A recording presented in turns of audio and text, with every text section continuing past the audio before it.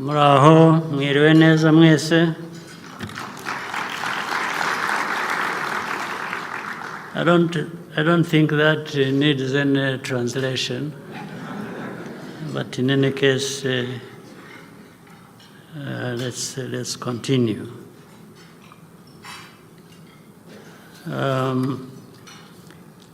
Excellencies, ambassadors, high commissioners, representatives of international organizations, members of the Consular Corps, senior government leaders, distinguished ladies and gentlemen. It has been some time since we last met, and it is a pleasure to connect today. We are delighted that Rwanda's diplomatic community, as well as our own presence abroad, has grown. This reflects Rwanda's vision and intention to open our doors to the world for collaboration, innovation,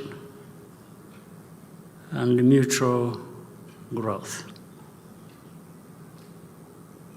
The year 2024 was meaningful for Rwandans. We marked the dual anniversaries of Kwibuka 30 and Kwibohora 30, followed by national elections. So it was a very busy year for us, but productive as well.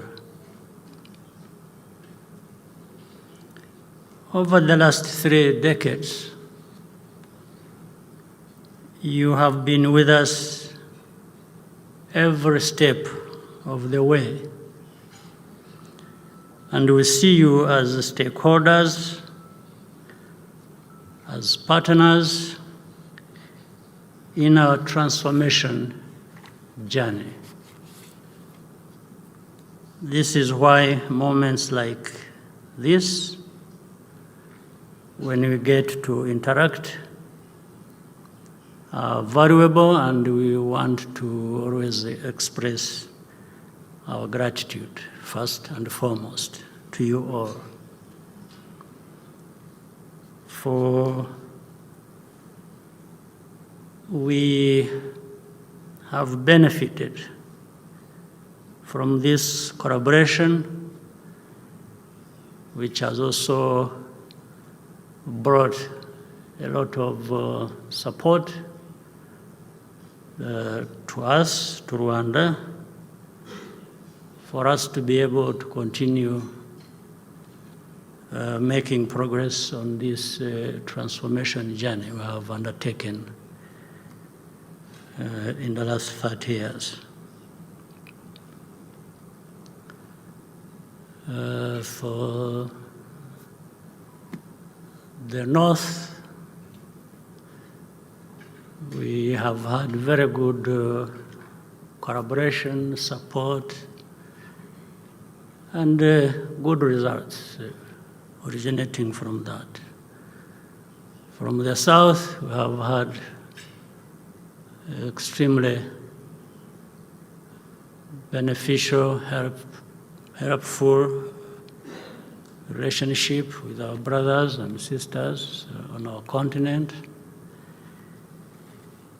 It has been a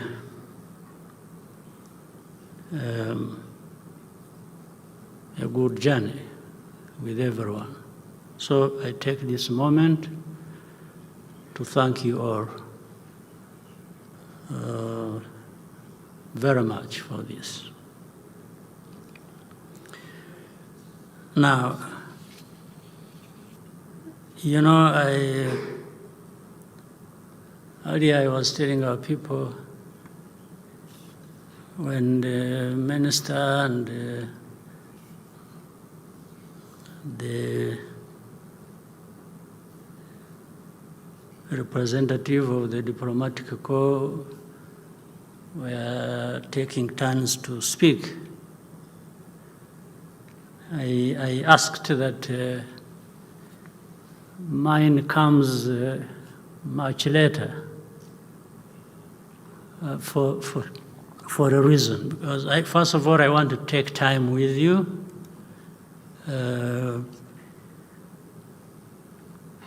telling you, expressing to you my feelings, my understanding of many things. This is an opportunity I can't miss. Even added that I wanted it to come later when everybody has had something to eat, just in case some of the things I would be saying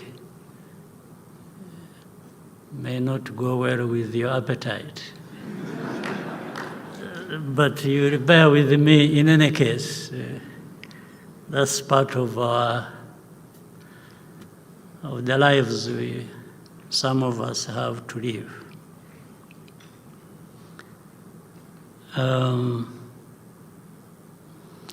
Let me update you on some of the key issues.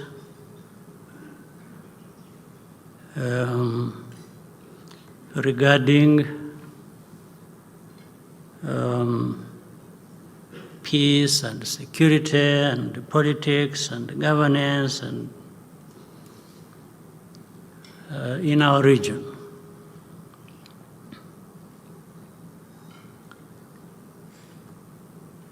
One, in our relationship with each other and the globe as it is divided and so on and so forth. You see, there are people who, and maybe rightly so, it should really be fine. People who talk about, a lot about, values and interests, and so that those must be fulfilled. I actually agree. We should all have certain values that guide us through whatever we do and over many years. But when you say that, what do you really mean? Do you mean values and interests for some and not for others? Or you mean values and interests that should apply to all of us, irrespective of where we come from? Now, if you have taken responsibility, a global responsibility to say there are certain values you're going to insist on, you're going to push for as hard as you can, and these ones should also come along with the interests as we know them. Still, that's fine. But it also gives you a responsibility to really walk the talk or to mean what you are saying. If you're talking about values, then I'm sure you mean that, and the first person to respect those values are those who emphasize them.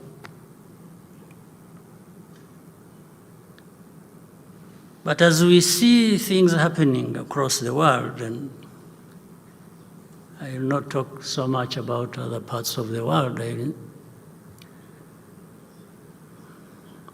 confine myself to our part of the world, the region and continent. Then I'll also raise another question. Is there a moment where the values, where the interests people talk about become incompatible with the truth, with the facts, or with evidence? I don't think they need be incompatible. It's actually possible to drive hard for values that you believe in, even mind so much your interests, but at the same time, those could very easily be served by truth, evidence, facts, as you interact with other people and other parts of the world.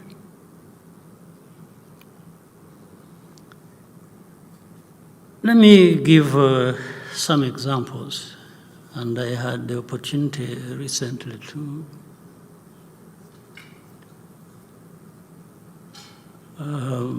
address journalists, and they were bringing up questions that are important. On my mind, there is this problem we have in our region. There are many problems across the continent, but let me talk about our region.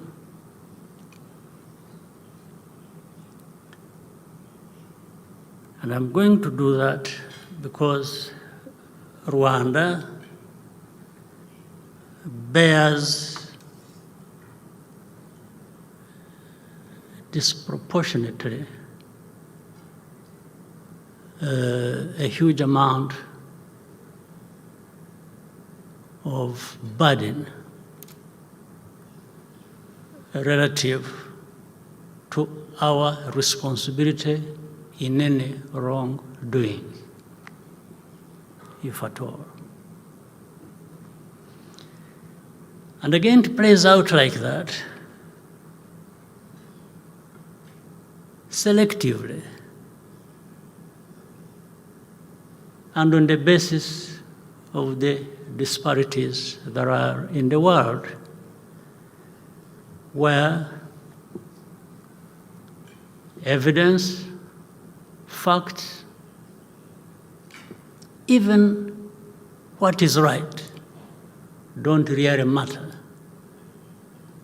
What matters is what somebody else must say, irrespective of whether what they are saying takes into consideration facts, evidence, or truth. You know, the problem we have in our region, in Eastern Congo, that has brought in so many countries to be part of it from our continent, but there have been even more countries from outside of our continent involved in one way or another, and unfortunately, many times the wrong way. And this wrong way, we are told, must be the one to prevail.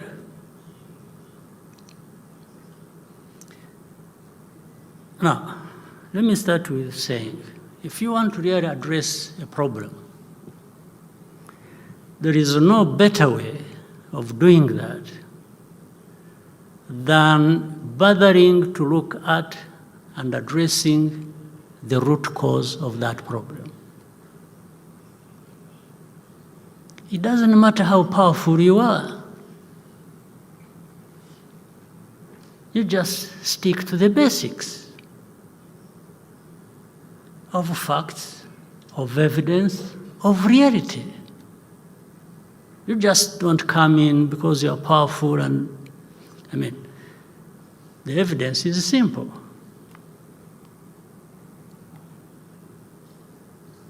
We have heard the UN, the peacekeepers under the UN in that country for close to 3 decades.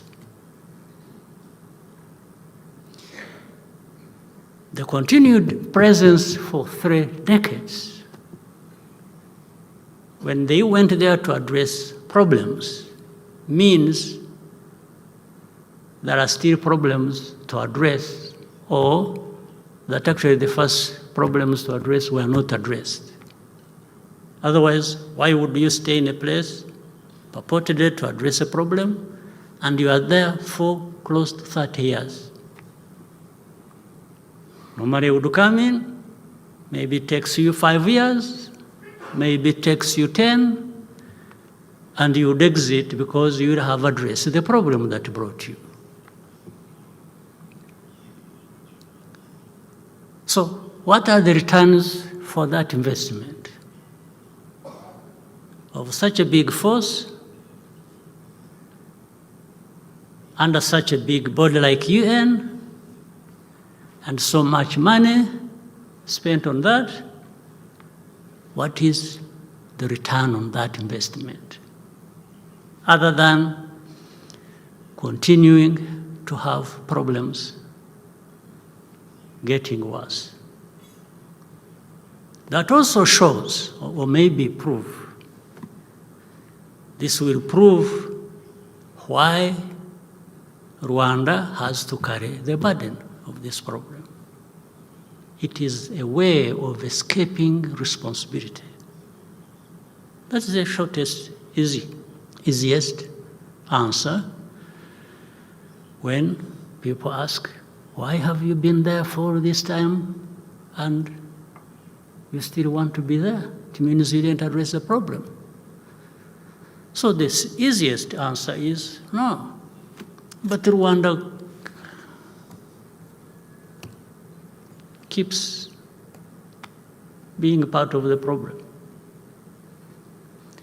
Well, what that means, maybe you should get rid of Rwanda, to find a way of removing it from the map of, just find a way like it happened 30 years ago. Rwanda was being destroyed to the point we should not be existing anymore. And again, associated with that, the very people who murdered people here in Rwanda, those who carried out the genocide, still exist, are still armed, are still practicing the ideology of genocide in our neighborhood in Eastern Congo, supported by government, supported by leaders in that place. On the watch of this international community that talks about values, that talks about interests, that deployed this UN force into Congo to actually eradicate, among others, that problem that originated from here, be it the genociders or the ideology itself. And people do it with impunity.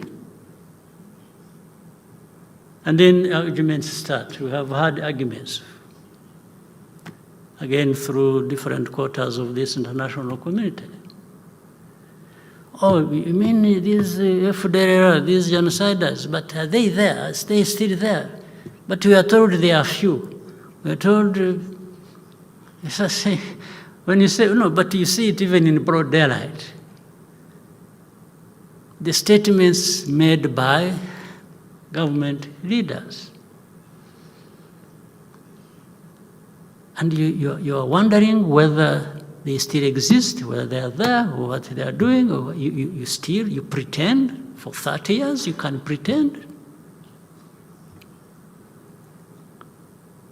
Now the problem becomes, oh, Rwanda is in Congo, you have forces in Congo, you are occupying Congo, you are doing what?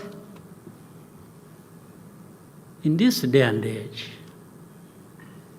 and even with Rwanda, its capacity, are we people who can actually do that? That limited capacity of ours, but even why? Why do you? What came first? Is it this problem that we have to deal with? Threats, daily threats, regular threats against our country and relating to our history? Or because of that, or in addition to that, we now want to become people who can go and occupy places? Really, the people, can they convince anybody that they even believe it, or they are using it simply as an excuse? Even if you believe it, why don't you find a way of denying Rwanda this excuse and remove these people from there? Because that is even in the mission that took there the UN peacekeepers. What happened? So then,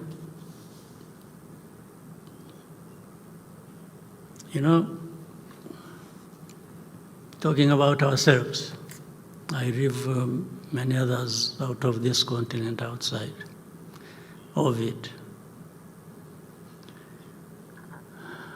When I see, I know leaders when I see them. I also know idiots when I see them. You can imagine the combination of both of them, the disaster it is. If you are a leader and an idiot, it's a disaster, absolute disaster. It is even worse, even more dangerous, if the very people who hold the power in their hands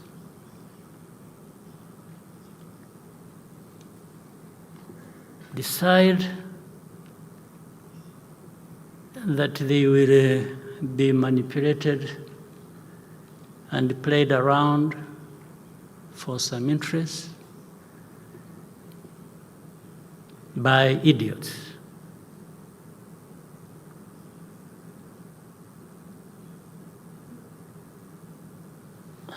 Really, it is. I have had interactions with many of our leaders on the continent. And among other things we talk about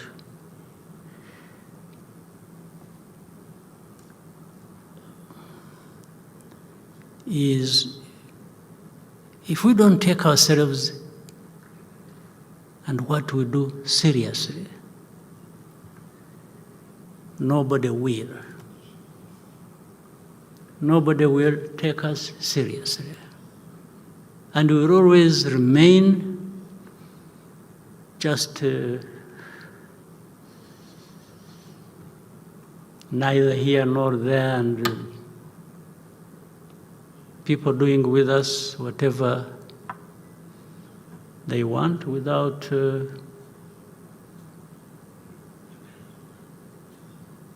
any of us asking, say, why? What is this? And then in the end, we start complaining about, oh, you know, this is racism, this is blah, blah, blah, blah. Well, but I think we are the ones who drive ourselves in that kind of situation. There are things we need to be rejecting and doing so openly and without fear or favor. Why? Why can't we do that? Why are we not the kind of people? Why do we even need to have a problem like that one in Eastern Congo, needing a solution from the UN, from some countries? Why? Why can't we? There is no explanation. But at another level, we have a mix of all kinds of things. And that's why we open up ourselves for manipulation. You have seen, or you know, of a so-called group of experts. The group of experts, what do? What are they expert in, actually? They're expert in what? You don't need to be an expert in anything. You just have to toe the line of those using you, of those who put you in place, including the very people from whom originate this problem as of the history that goes way back to colonial times. The colonial times that divided our people here in Rwanda, in our region, and elsewhere.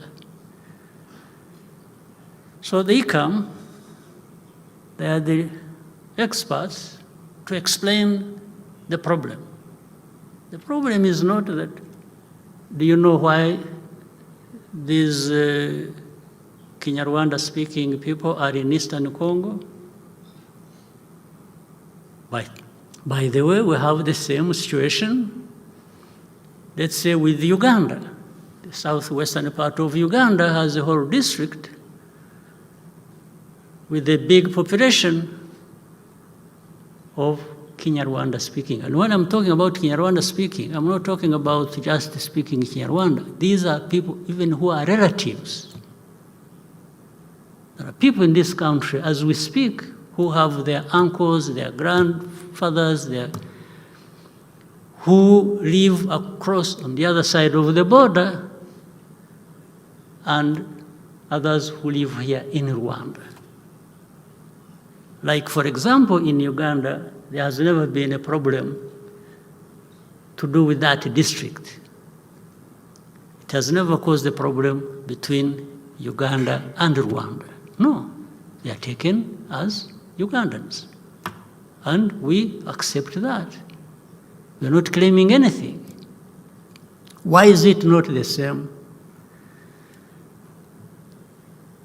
with Eastern Congo? There are simply Congolese who hail from Rwanda as of history, or whatever other ways They happen to have gone there. It's a fact.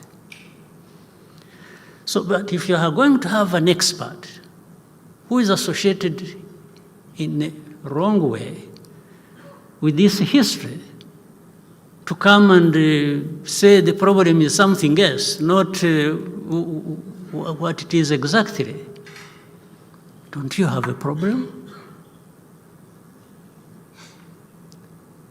So are you going to be able to address the root cause of this problem when your first thing is to distort the facts and evidence? So that's why it is easy to blame Rwanda for it. We didn't draw borders. By the way, even the genocide ideology that I referred to earlier originates from that beginning of the history. That's where it comes from. So we go on and on and on and on for how long?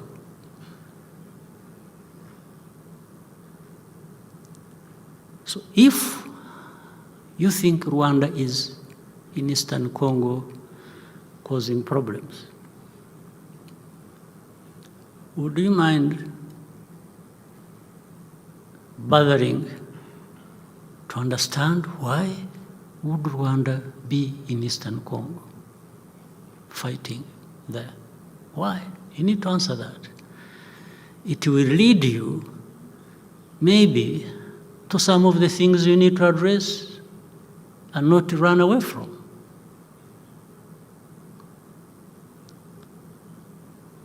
But to simply keep making statements, threatening, doing all kinds of things,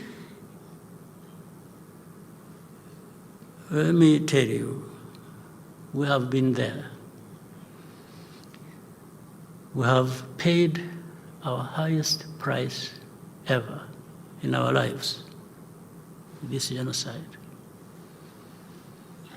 I don't think we can be made to suffer in all kinds of ways. We can do, but we will never, never, never go back to paying that similar price we paid 30 years ago. It doesn't matter how powerful anybody is.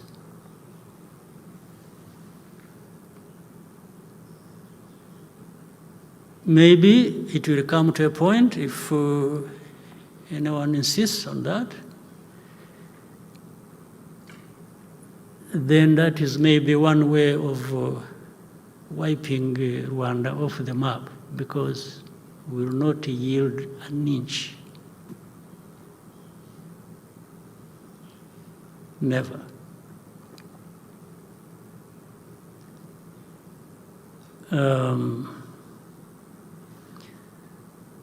But we can work together to look at the causes if we are ready to listen to each other and address that problem the right way. But if there's somebody who is saying, no, me, I don't want to address it that way, I want to address it my way, and says, you see, if you don't allow me to address it my way, I will deny you this, I will deny you that, and I will take it to China, I will take it to Russia, I will take it. And no. But Rwanda is something we can do away with, don't worry. That is called babysitting leaders, and not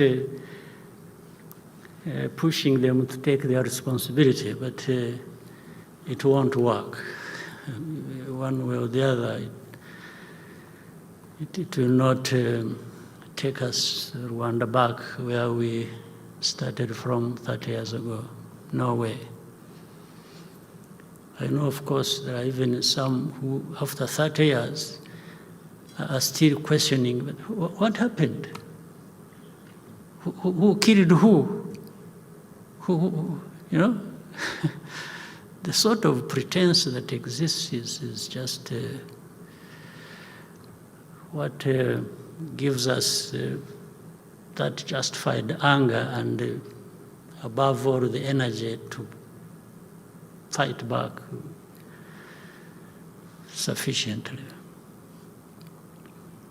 Now, again to the values. You know,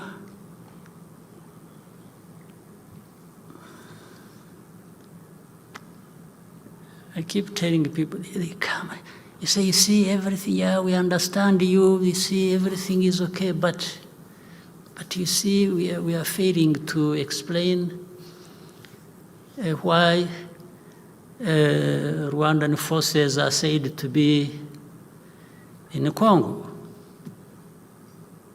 Oh, and I asked them, I said, even before we are sure of what we are talking about, can you explain to me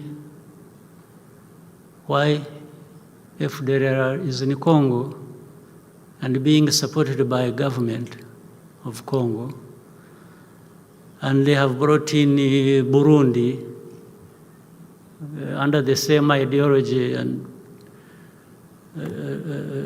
supposedly to fight M23, which is of Tutsi ethnicity, therefore related to Kagame and others, and these ones have no chance of living. They need to be gotten rid of.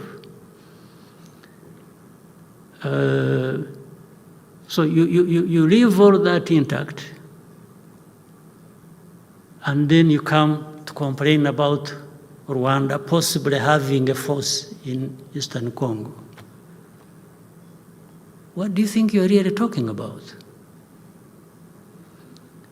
And then you say, okay, you see, you know, defensive measures that Rwanda has taken should be removed, and we shall make sure that, you know, FDLR, we get rid of it. That has been 30 years there and they have not gotten rid of it. And then you say, oh, we shall convince the government in Kinshasa. After all, you know, it is not the president who is the problem, it is his advisors, and it is, you know, these ones who are openly talking about genocide ideology are just some people. We are going to tell him to take care of them and to put them aside. I mean, this story has gone on. I mean, do you really think you are talking to kids or also who? But why would you even be talking to anybody like that? So let's leave the problem as it is. Use Rwanda, be silent about it, and we'll see how we can address it. And then recently, oh, Rwanda blamed, we didn't go to Rwanda. Rwanda, I'm friends with the Angolans and the president and Rwanda and so on. But that was not a visit of that kind. It was a visit to address problems. It was not a visit to have an opportunity to take pictures and... No. It's not going to be the case. The problem must be addressed, and it can be addressed. It can be addressed. We all need peace. Rwanda actually needs peace more than anybody, because we have already tested the lack of it and the meaning of that.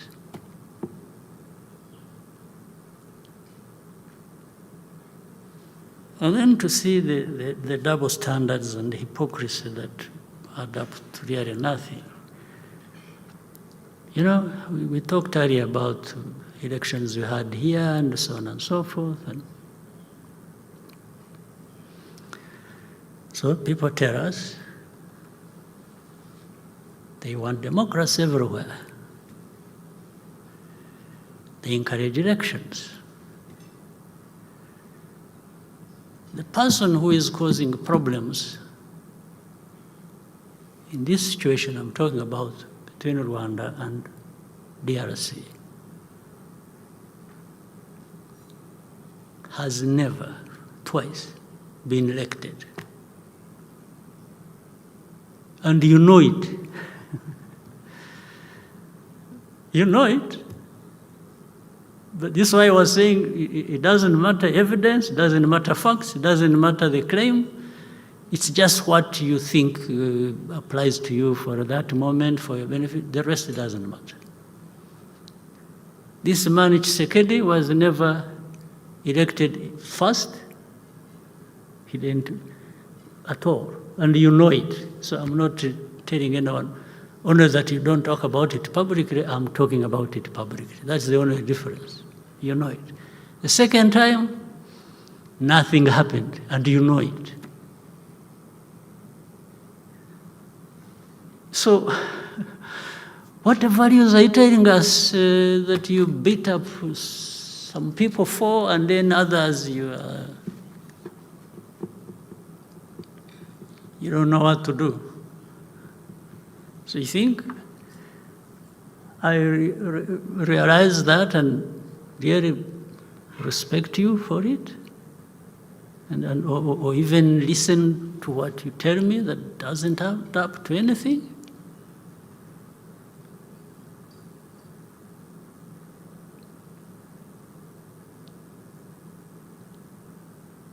So, I know I'm talking to innocent people here, all of us. Because some of you, even representing the countries that cause us so much trouble, I'm sure I don't want to claim too much, but I think you understand, and maybe you report rightly what needs to be reported. But in the capitals, there are people who, no, we want this to happen like this, and it doesn't matter what you tell them. But while that can happen, it affects you the least. It affects me the most. I can't afford to behave the way you want me to behave in dealing with this problem. I can't. It's life and death to me and my people. For you, it's just something you talk about, or you can call and give instructions while you are playing football, or you are playing tennis, or doing golf. It is as simple as that for you. But for me, just a blink at the wrong time, it's life and death for me. So I'm just saying, please also understand us and understand the people you are dealing with. We are not this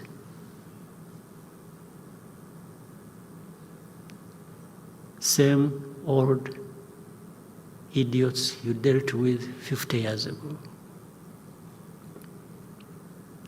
We are not. Not at all. Not anywhere near to that.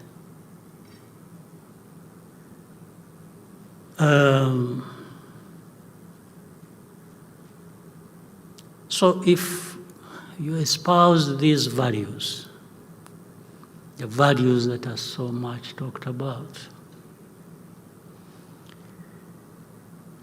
I want again to say there is no incompatibility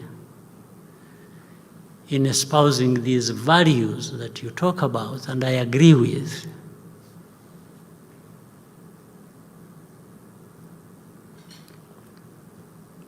And even fulfilling your interests. There's no incompatibility.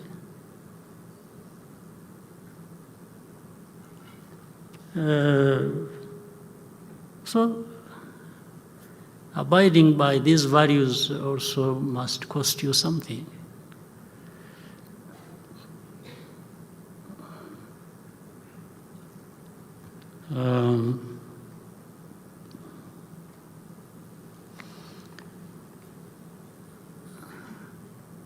That's why some truth has to, with our partners, we have been told, want you to develop, to prosper, to do this, to do that. At the same time, I remembered a story. There's something called AGOA, African Growth Opportunity Act. We were part of. It's a wonderful thing, really well thought out. But little did we know it was to serve some of us more than others. And what I mean is this. Rwanda, we made a mistake, a happy mistake. We made a mistake of saying, you know what, we have found some way of growing our textile industry because there was an effort, it is continuing, and please, we want to reduce on and even get rid of in the region, they call it chagua. Chagua, these are second-hand clothes. They would be shipping into Rwanda tons and tons of this. And they said, we can't grow our industry when we are giving preference to this. The next day, but we did it believing that actually this provision for AGOA was to help us make progress. And then they said, what was unfortunate, we agreed with some countries in the region to do that. And then before we realized, all the countries who had been discussing this matter and agreeing to the approach had been persuaded into reversing their decision, and they didn't tell us. So the next day, we were being struck off the list of those countries who benefited from AGOA, just because Rwanda's stubbornness. How dare you refuse chagua? How did you refuse chagua to enter your country? And we explained, we begged, we said, sir, yeah, we thought, so that's how we, so really, what is this that we are talking about? From that time, it's several years ago to this day, but those with the oil, with abundance of minerals and so on, and who are not stubborn, those are the ones who continue to benefit. So I pointed out all of those things. You just get a feel of what is it that is happening that we should, what is it that is right, what is it that is wrong for one to do and to make progress. You can't be sure. And meaning you can't be yourself, you can't decide for yourself, you have to wait until somebody says, I want you to do this, you should be doing this, including telling you that you should be making yourself open to some vulnerabilities, like you should keep quiet, you should do nothing about dealing with the insecurity around your borders. Well, but insecurity around my borders affects me. It doesn't affect you, it affects me. You're not even ready to help me to actually be able to deal with my situation. Now they start, oh, no, you see, Rwanda, they started striking us off some lists of beneficiaries for that. They even say, we have, but when they found out it was not the case, when they said, you know, something to do with the child soldiers. You know, I convened a meeting and I called the commander and said, do you have children in our army? He said, I've never known this. They said, no, sir, there is no truth in that. But what you are being accused of is that the country is being associated with child soldiers, or an entity that has child soldiers in another country. I said, oh, at least on that one, even if it is wrong thing by somebody against me, and there's nothing I can do about it, I just relax and keep quiet. So we kept quiet. There are things we can't have nothing to do about, and we can't do anything. So we just become humble and wait it out. Then we have operations in Mozambique, in Central African Republic. And by the way, for Central African Republic, were asked by the country to go and help. And you were also asked by the countries, developed countries, actually that we should help. And we agreed. When we agreed and went there, the country that asked us to help and even airlifted us to that place, we never heard from them a few months after. And then we were asked to do the same in Mozambique. We went there. Before we realized, when we were taking Mozambique and the partners and say, you know what, we are able to do what we can do, but we can't do everything. At least with Rwanda, limited resources in all ways, we can't afford to finance our operations there. It either has to be the country where we are running the operations or partners who want peace there and who have made investments there, by the way, after all.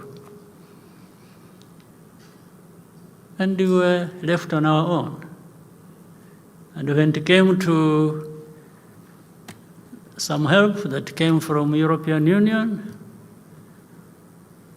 it came grudgingly. And you ask, they say, why are you grudgingly assisting us? They say, yeah, you see, some people are saying you are in Congo.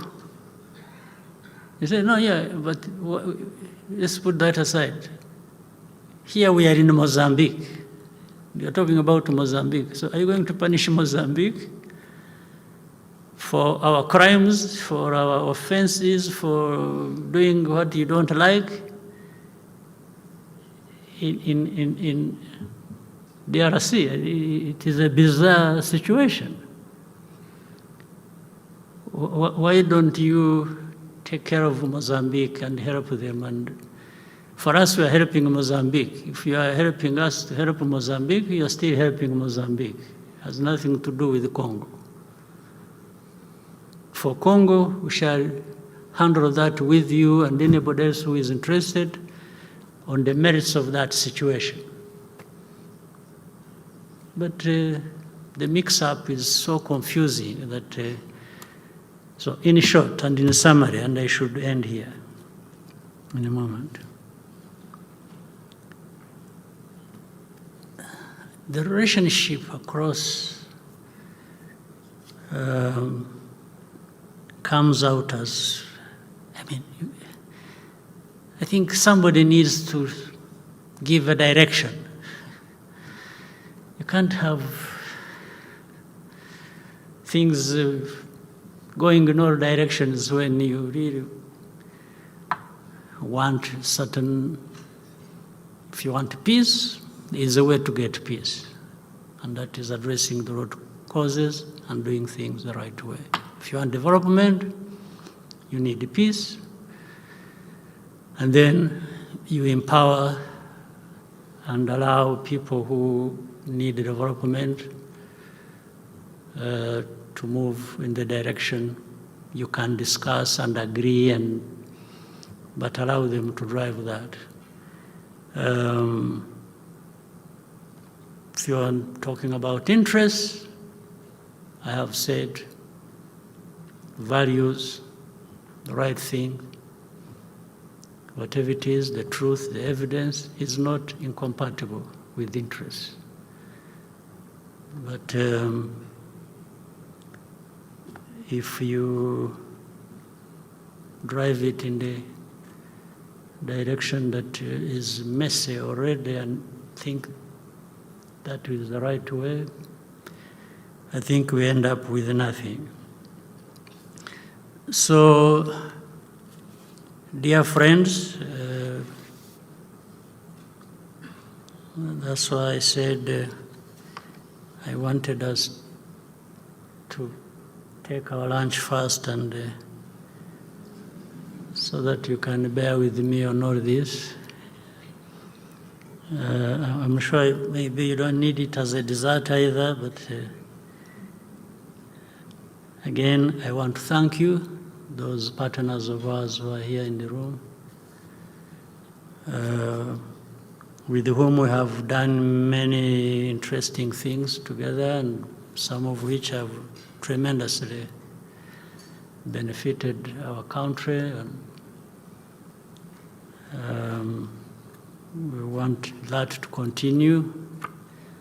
We will do our best wherever we can, but we will also not agree with everything. And it's normal, and actually you tell us it is normal. Some of you tell us it is normal to disagree. So I think we might disagree, but we can also always find ways to resolve matters where we don't agree. That would be everybody's wish. And again, I thank those partners who helped us during the Marburg virus disease that we have overcome. I very much appreciate the help that came our way, and working together, and